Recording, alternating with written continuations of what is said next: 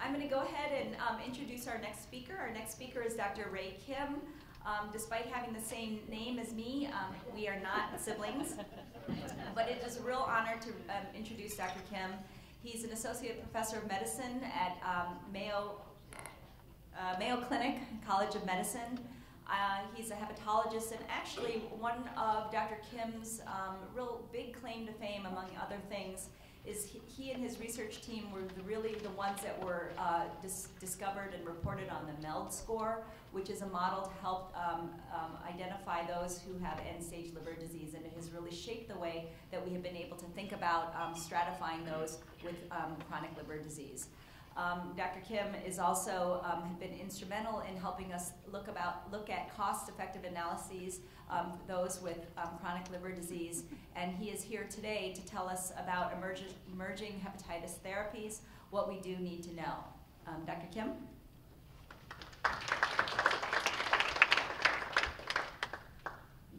Thank you. Good morning, everyone. It's my pleasure and honor to be here and address you. I sometimes want to have Karen be a spokesperson with an introduction like that when my mom calls me and say, "Why don't you call home? Mom, I'm busy." This is my disclosure slide. I wanted to say something about Karen because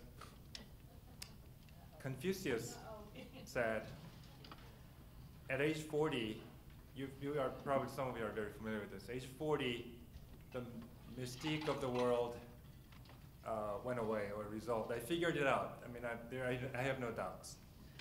At age 50, he knew the heaven's will. That's his agenda for 50. And age 60, he said his years got solved. So I don't know what that means exactly, but he got to know things easier, and maybe he didn't get so mad when he heard something wrong. And I'm at a stage, or I just turned 50, and you think about what is the heaven's will for me. And as I think about what people do in their lives, what changes they make, what's the leadership that takes them to places where things didn't exist before, I think that applies to Karen and also John. I really am a fan of you guys. Appreciate all the work that you do. Well, that's that. So I'm going to talk about a few things about treatment. So I'm going to wear the hat of an ignorant treatment guy treating hepatitis B and C, and try to share where we are today and perhaps a few years down the road as far as hepatitis B and C treatment. And I sent a set of slides to Karen and say, "Oh, Ray, you need to talk about these things." So I had to revise my slides.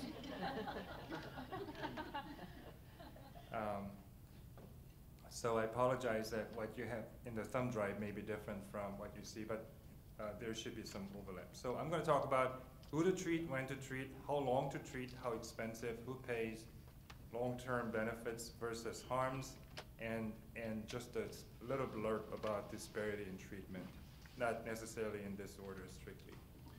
So just to whet your interest, this is a case of Mr. P, who is a 50-year-old mechanic. He was diagnosed with hepatitis C in 1999. We don't know how he got it. He denies all the risk factors. And therefore, we don't know how long he had it.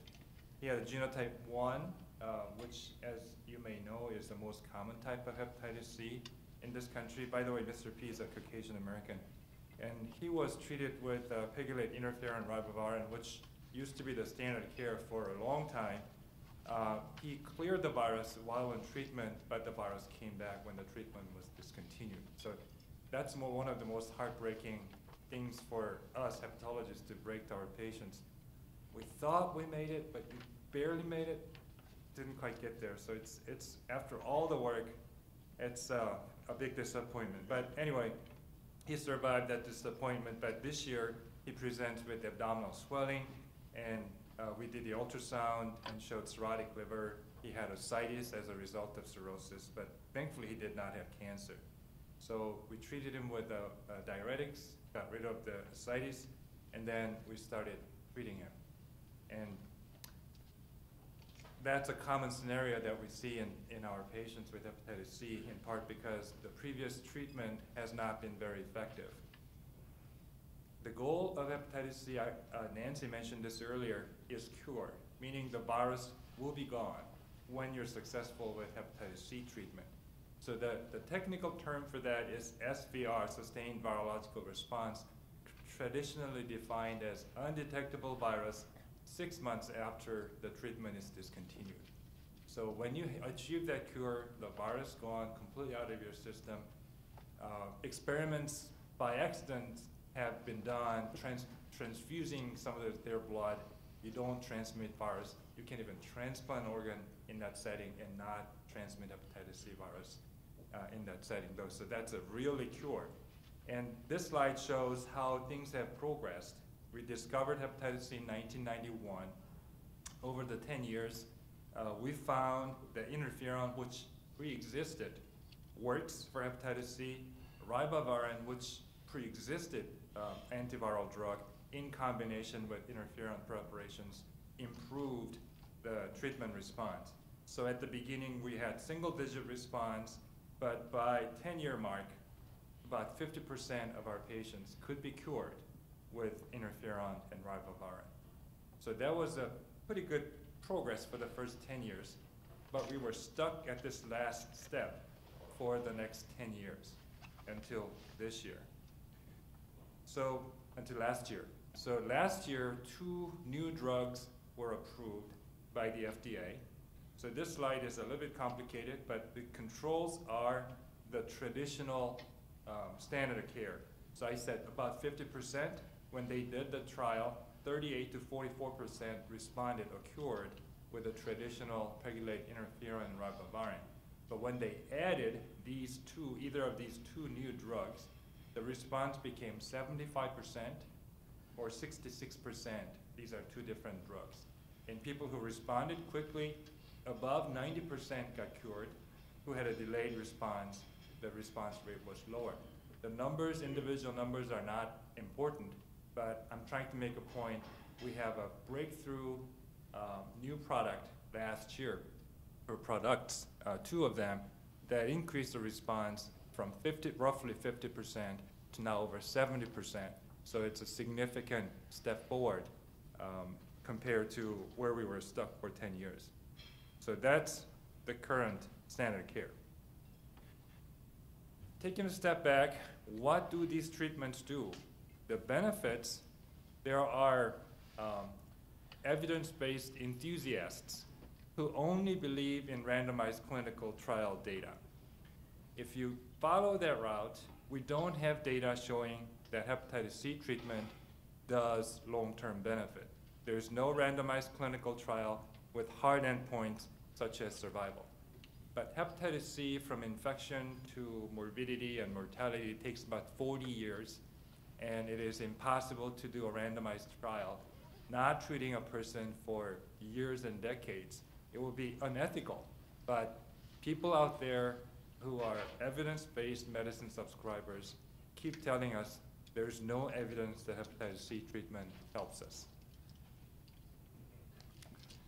There is good data that says histologic improvement, including reversal of cirrhosis. Cirrhosis is an end consequence of a kind of liver disease. You know, you hear cirrhosis, you think about drinkers. But it not only applies to drinkers, but all cirrhosis, including viral hepatitis. So when the disease is progressed, there's a lot of scarring because of continued damage. That's when you have cirrhosis. When we were going to medical school, we were told that cirrhosis is an irreversible condition like heart failure, end-stage renal disease. Once you lose all those parenchymal cells, you're done. You can't recover. Not true. With viral hepatitis experience, we know that in a person who reached cirrhosis from viral hepatitis, if you cure that person of viral hepatitis, the cirrhosis goes back, sometimes all the way back to the normal liver. So that's pretty strong evidence that it does something that's really good. Not evidence-based, apparently. Observational data showing reduced incidence of liver cancer, liver failure, and mortality in patients who achieved SVR. So yes, there is no randomized trial data, but I strongly believe to the core of myself that hepatitis C treatment and B and C treatment lead to meaningful outcome difference. But what's the other side? Harms. You probably are very familiar with the interferon ribavirin toxicity. They are not easy drugs to take. There are numerous toxicities, but mostly reversible. So once you are on, you feel like crap. When you're done, it can be cured, and that's the end of the story. Irreversible toxicity, I thought about, there are case reports of people committing suicide because of depression caused by interferon, so that would be irreversible. Eye or thyroid damage has been reported, and interferon can cause flare of autoimmune diseases like rheumatoid arthritis, psoriasis. Those things could really cause damage in the patient. But overall, you can say there's really no lingering damage from these treatments. And the cost is an issue. I'll come back to that later. I feel like I criticize the drugs too much, but the big picture is that we have a very good treatment that just got approved, but it's got issues. And I don't want you to pay attention to the details of this slide, but the point is, in order to use those new drugs, you need to follow algorithms. When to check the viral load, when to use it, when to stop it. It's very complicated. This is one of 3 algorithms for this product, which is telaprevir, and there's another at least three algorithms for the other product. So it is very, very complex at this time to use these products correctly. So that's one limitation. The second limitation is it's hard medicine to take. So the telaprevir, you need to take 2 tablets 3 times a day for 12 weeks. And everybody in this room should know how hard it is to take medications 3 times a day. It actually says every 8 hours. So do that for 12 weeks is a hard thing. If you take 4 capsules 3 times a week, that's a hard thing. And it should be taken with meal or snack. It's supposed to take 20-gram fatty snack. I calculated that's daily caloric intake of 500 calories extra to what you eat. So some of my patients, every time they come back for checkup, they get larger. In addition to pegylated interferon, this reminds you that these medicines are used in conjunction with interferon ribavirin, which, as I just said, have their own toxicity. So this is a very, very difficult regimen to tolerate. So my complaint goes on. The protease inhibitors, these new medicines, are very prone to resistant viral mutation. You know, people who are in hepatitis B sphere are very familiar with the viral resistance issues. Same thing here. So you can't discontinue this medicine. It cannot be used alone. It needs to be used combination with pegylated interferon ribavirin, and it cannot be dose reduced. If you lower the exposure of the drug to the virus will figure out how to become resistant. And there are numerous drug interactions, as I show here, that you need to be careful when you're managing the whole person. So the current therapy is a significant improvement, first-generation protease inhibitors, but it has a lot of issues. On the other hand, there are new things happening, exciting things happening in the future, in the near future. This is a New England Journal paper that came out about 3 months ago that had quadruple therapy. So they used 2 new oral drugs. It's not important what kind it is. And then interferon and ribavirin, 4 drugs. And these were patients who failed previous treatment, which are hardest group to lead to cure, and all of them got cured with 24 weeks of treatment. So that's very, very impressive. So everybody can get cured if this treatment pans out and becomes marketable product. So that's very exciting. But what's more exciting is interferon-free regimens. Again, this is a complicated slide, but what I wanted to say is that this is a new data that was presented just last month. 2 drug combination. They are once daily drugs, and this purple arm is 2 drugs plus ribavirin. They are treated for 24 weeks, and SVR here, cure, 100%. So no interferon, 1 pill, 2 pills once a day. You do that for 6 months, hepatitis is gone. So I don't know if there's any dentist, but Nancy mentioned that may be your career path. But this is really exciting. So that gets us back to Karen's question, who do you treat now? So we have an imperfect, toxic, I didn't get into expense, which will come back later, expensive treatment right now that's available. And I can see on the horizon a very effective, easy to take, easy to manage regimens. So should I treat patients now, or do I wait for the new one? And that's the dilemma that we face in our clinic every day. So who can wait and who cannot wait, and how long the wait is going to be. This is all not evidence-based, it's our part of the medicine. So currently the patients that we treat are genotype 1 patients. About 70 to 75% of US Hep C viruses are genotype 1. Patients who cannot wait until the next generation drugs come out. People who have cirrhosis already, and they're about to go into liver failure. If you don't reverse their course, then they're gonna get into big trouble before the new drugs come out. People who responded well to the previous treatment, you can get cured with 90% plus chance currently with the currently available treatment. So patients get very interested with that kind of number. And I just offer to people who want to be treated. After all this discussion, what's the upside, downside, what's coming next, but some people just want to get rid of it, and I'm fine with that. People who had prior non-responders, who had beginning of liver failure, people who have had liver transplants, people who don't have genotype 1, those are patients that we don't have a good answer for. Again, this is an extended discussion about what's the upside, what's the downside, what may be the best reasonable decision to make based on the evidence that we have. How much question is harder than you think to answer? So there's no one single place I can look up a drug cost, and this was a website that I was able to find last week. So I don't know if there are people who are related to Merck or Vertex. You can correct me if I'm wrong, but according to this website, boceprevir, a course, was $22,000. Tenofovir is about $49,000, and they are those drugs alone, and they need to be combined with these 2 other existing drugs, pegylate interferon and ribavirin, even in generic form, about $3,500. So if you tally them together, boceprevir containing triple drug regimen is about $41,000, and tenofovir is $68,000.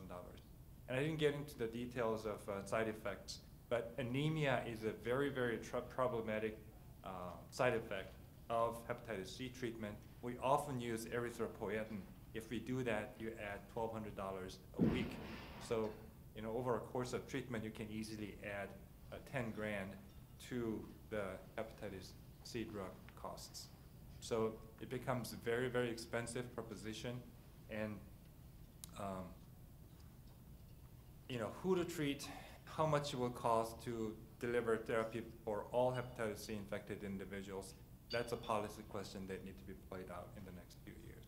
I'm switching gears to hepatitis B after this conclusion slide. Mr. P, remember the guy who got into trouble after not responding to hepatitis C treatment? He was treated with triple regimen. He was negative by week 8, and we planned to treat him for a whole year, but he has so much trouble with anemia and toxicity, so we stopped his treatment in 36 weeks. But lo and behold, at 4 weeks after discontinuation, he was negative. He's being followed. So I'm crossing my fingers and toes and everything else that I can cross that he will stay negative. And the evidence so far will indicate that he is on the verge of being on the liver transplant wait list if he can get rid of hepatitis C, he may reverse course and go back to normal life. So this is hepatitis B patient of mine, 47-year-old Chinese-American man with metastatic non-small cell lung cancer, unfortunately. He presented with malaise, anorexia, just not feeling well for 2 weeks with dark urine. He had had a lot of chemos over the 5 years, but unfortunately the tumor recurred and he underwent an experimental chemotherapy. And just in short, what happened here is he received a chemotherapy, and this is the time that we saw, and things start to go up. This green line is a liver enzyme. The normal is about 40, and his enzyme went up to 4,000. And the yellow line is bilirubin, normally is about 1, and it went up to 23 before he improved on antiviral treatment. Basically, this guy almost died of liver failure after getting a chemotherapy for his cancer. How ironic is that, to get chemotherapy to get cancer treated, and then you would end up dying because of hepatitis B, undetected, flares, and lead to liver failure. So trying to make a point that hepatitis B needs to be on the consciousness of all practicing physicians. This is also a little complicated, but the point that I'm trying to make is hepatitis B is not a linear progression over a period of time. There are active phases, there are inactive phases, and it's complicated. So hepatitis B managing physicians need to know where the patient is. So the green boxes are young people who are immune tolerant to the virus. They don't have liver disease. Older folks who have overcome the virus are inactive carriers. But in between, there are phases where disease is active, and that's when you need treatment. And the treatment consists of trying to make this active, the red boxes, to green boxes. So active hepatitis now become inactive carrier. Active hepatitis becomes inactive carrier. So unlike hepatitis C, unfortunately, for hepatitis B, cure is not a realistic goal at the moment. The goal is to suppress the virus, like HIV. Magic Johnson's alive and well, apparently, after announcing that he has HIV maybe 20 years ago. And that's because he religiously takes his medicines. If he stops taking it, HIV will come back. Same thing with hepatitis B. In most cases, you can suppress the virus, but you can't cure it. So long-term treatment becomes necessity. So for these patients, a few years of treatment may lead to this and stability, but for other types of patients, treatment may need to be continued indefinitely. So the length of treatment is a concern for hepatitis B. Benefits. This slide shows the point that I made earlier. Patients with cirrhosis can reverse. So this is entecavir data. This yellow to tan to brown area is people with cirrhosis. Baseline at 5 years, the proportion of yellow just disappears. That means these people who had cirrhosis is gone. This is tenofovir data. 5 and 6 are cirrhosis. After 5 years, most people became green, meaning that they regressed out of the cirrhotic stage. So here 70 to 90% people became non-cirrhotic. So viral hepatitis, you can reverse cirrhosis. When we talk about treatment decisions, we talk about benefits and harms. As we just discussed, we can prevent or even reverse cirrhosis with antiviral treatment, and there's evidence that we can reduce the risk of liver cancer for hepatitis B if treated appropriately. The downside, potential downside, is safety of long-term treatment. I think many of you are familiar with hepatitis B treatment. The side effects are really minimal, even used long-term, so that's a minimal concern. Possibility of antiviral resistance, it is also a theoretical concern, but with modern drugs, they're not a significant concern, and then I'll come back to the cost issue later on. These are the drugs that we use, but I want you to just focus on these 3 drugs, pegylate interferon, entecavir, and tenofovir, because they are the first-line treatment. And the reason they are first-line treatment is because they are potent because they're, as shown on the right, being on the right side of the slide, but they are not very prone to resistance. So no resistant, strong medicine, those are the three medicines: entecavir, tenofovir, and pegylated interferon. Interferon, as you know, is an injection. Entecavir, tenofovir are once daily medicines. And if you calculate how much it costs at the retail level, interferon is about $31,000 for a year. Entecavir, $11,000. Tenofovir, $9,500. And most of this is covered by most of insurance. I've never encountered an insurance company turning down hepatitis B treatment recently. So the patient burden is, as long as there's insurance coverage, is minimal. And both of the drug manufacturers have really good patient assistance programs. So these dollar amounts are not felt at the level of the patient filling the pills, but this is for sure a burden to healthcare system.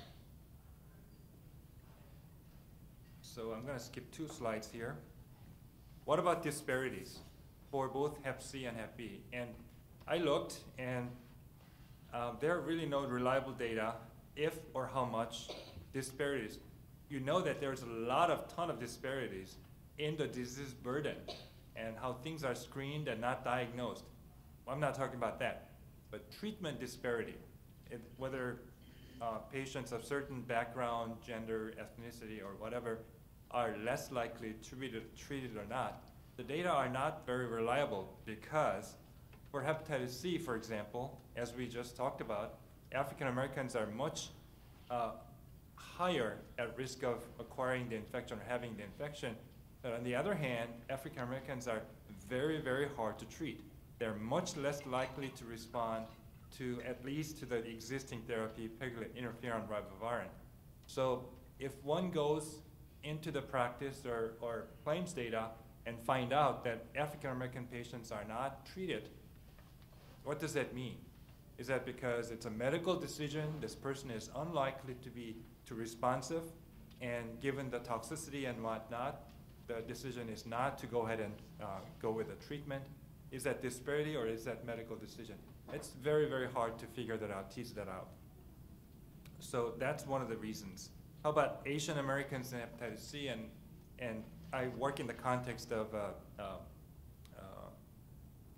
hepatitis advocacy, and when we go for funding for hepatitis C studies in Asian Americans, the typical response is, do Asians have hepatitis C? Yes, but people don't know. And therefore, you know, when it comes to treatment disparity issues, the issue is way before treatment disparity. It's in the recognition and diagnosis and screening. For hepatitis B, the vast majority of Hep B patients are Asian, as you know, everybody in this room. So when you talk about disparity compared to whom?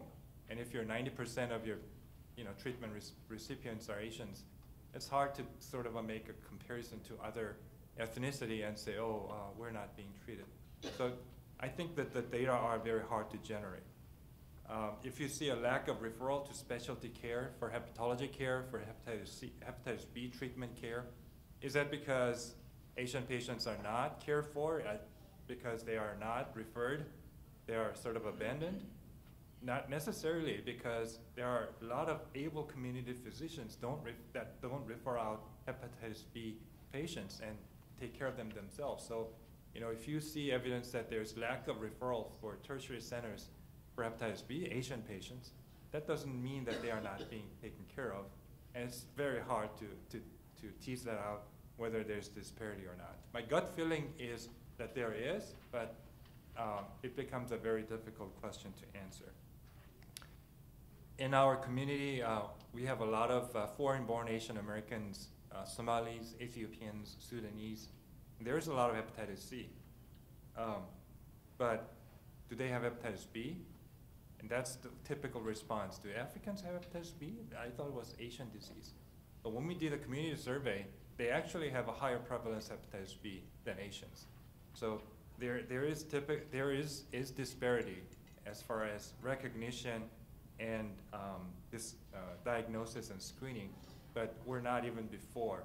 So like the case of Asians for hepatitis C, the foreign-born African Americans, we're at infancy of discovering what the disparity issues there are and how to move on to treatment. So we have challenges. I think that these are random. Who pays for screening, monitoring, and counseling?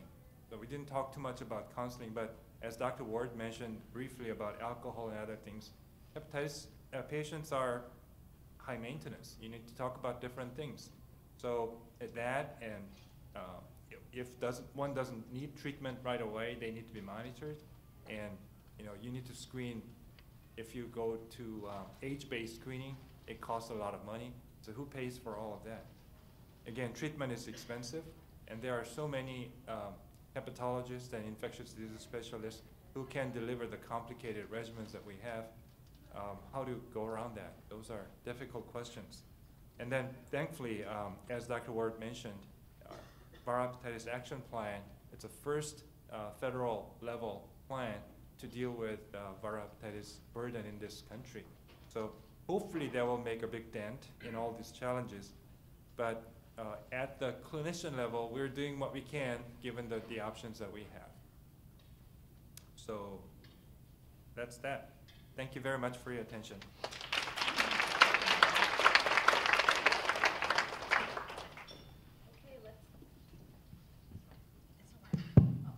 Okay, Dr. Kim, thank you so much. Let's open the floor to discussion. Please stand up if you have a question. How you doing? Thank you very much for your presentation. My name is Ismael Reina. I'm with the MPH at Chicago State. And my question is, how do Latinos or Hispanics respond to treatment? I'm just going to throw that out there because a couple of presenters ago, you all presented that sometimes Latinos and Hispanics do have this problem also. So what can you offer me as far as how do they respond to treatment? African Americans have the bad reputation of not responding to therapy, and there's some genetic background that's been worked out. You can actually find the genetic markers. Latino Americans don't have that bad reputation. I can't cite numbers based on my recollection. I don't think they are too different from other ethnicity. I'm drawing complete blank as to the genetic information as to what the IL-28 genotype that some people may recognize, what the distribution for that in the Latino population. Joe, do you have any comment about that? I think, as Dr. Kim was saying, I think if you look at the PEG and RIBO numbers, it's about roughly 20% less for African Americans as compared to their Caucasian counterparts in the large trials. From Puerto Rico, the data suggests that they may have also attenuation in their response, so that it's not on par with the control group of the Caucasian Americans. And I would venture, I don't want to throw out any numbers, but it is lower. In terms of the IL-28B testing, as Dr. Kim was saying, interestingly, the worst genotype, that is the markers called TT, is highest in the African American population, which translates into the lower response that people have to the PEG and RIBO. But also that seems to be intermediate for Hispanic Latinos, between Asians who have the more favorable response and the Caucasians who follow thereafter, and then it's the Hispanic population and then the African American population. I think that dovetails well with the data that we're seeing, which suggests that they do have a lower response, but it's not as dramatically lower as the African American population. Your point is very well taken that that population is not very extensively studied. There are specific studies geared towards African Americans. There's no study on Asians, but there are more Latino population than Asians, and the next wave has not occurred. One complicating factor that may make these things a little bit more difficult to discern is that the other liver disease, which is fatty liver, which is very common in America, is disproportionately affecting Latino Americans. And there's something genetic or something environmental, we don't know. But what we do know is if you have hepatitis C, and on top of that, if you have fatty liver, that makes the disease go faster than the two diseases alone, and the treatment response is lower as well. So, whether that is that factor or something, separate about hepatitis C, that I don't know if that's been worked out. But good question, thank you. Yeah. Hi, Dr. Kim. Thank you for an informative session on the therapies. I work for a community-based organization that works with mostly underserved Asians in Cleveland, Ohio.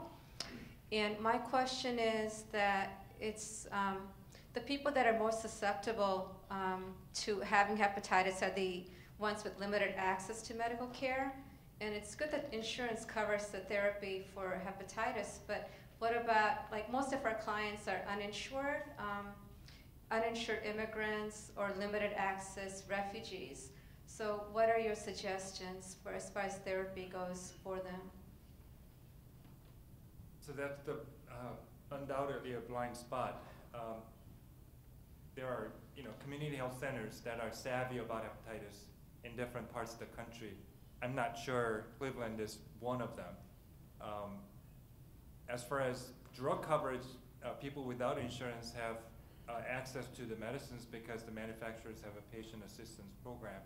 But it's not, people don't even get there to get a prescription for the hepatitis treatment. So I think the community health centers are the most likely inlet for those patients. Whether they have the appropriate expertise to treat or refer patients, I don't know. New York City and San Francisco, they have good facilities for underinsured, uninsured patients. Perhaps Chicago has the same thing. Yeah, I'm wondering, not to call on anyone, but maybe Dr. Tran, can you comment on some of your experience with treating people who have completely no insurance? She's our panelist, so I feel like it's okay to call on her. For us, we have a lot of uninsured patients, and as Dr. Kim mentioned, the companies have assistance programs, so treatment is fine. But screening is another problem, and education. So that's what I think the whole idea is. We try to get helps and assistance from whoever available to give funding to educate the community as well as provider, so that they will be screening and do whatever need in the community. Yeah, the physician assistance program is that all of these companies that have medications, they all have, it's very easy to access. That's not a problem. Even it's good for, I think they didn't even require the social security number in order to get help. So, even a patient who needs medications, they can access to that without a social security number. So, and I have no problem because I treated a lot of patients who had no insurance.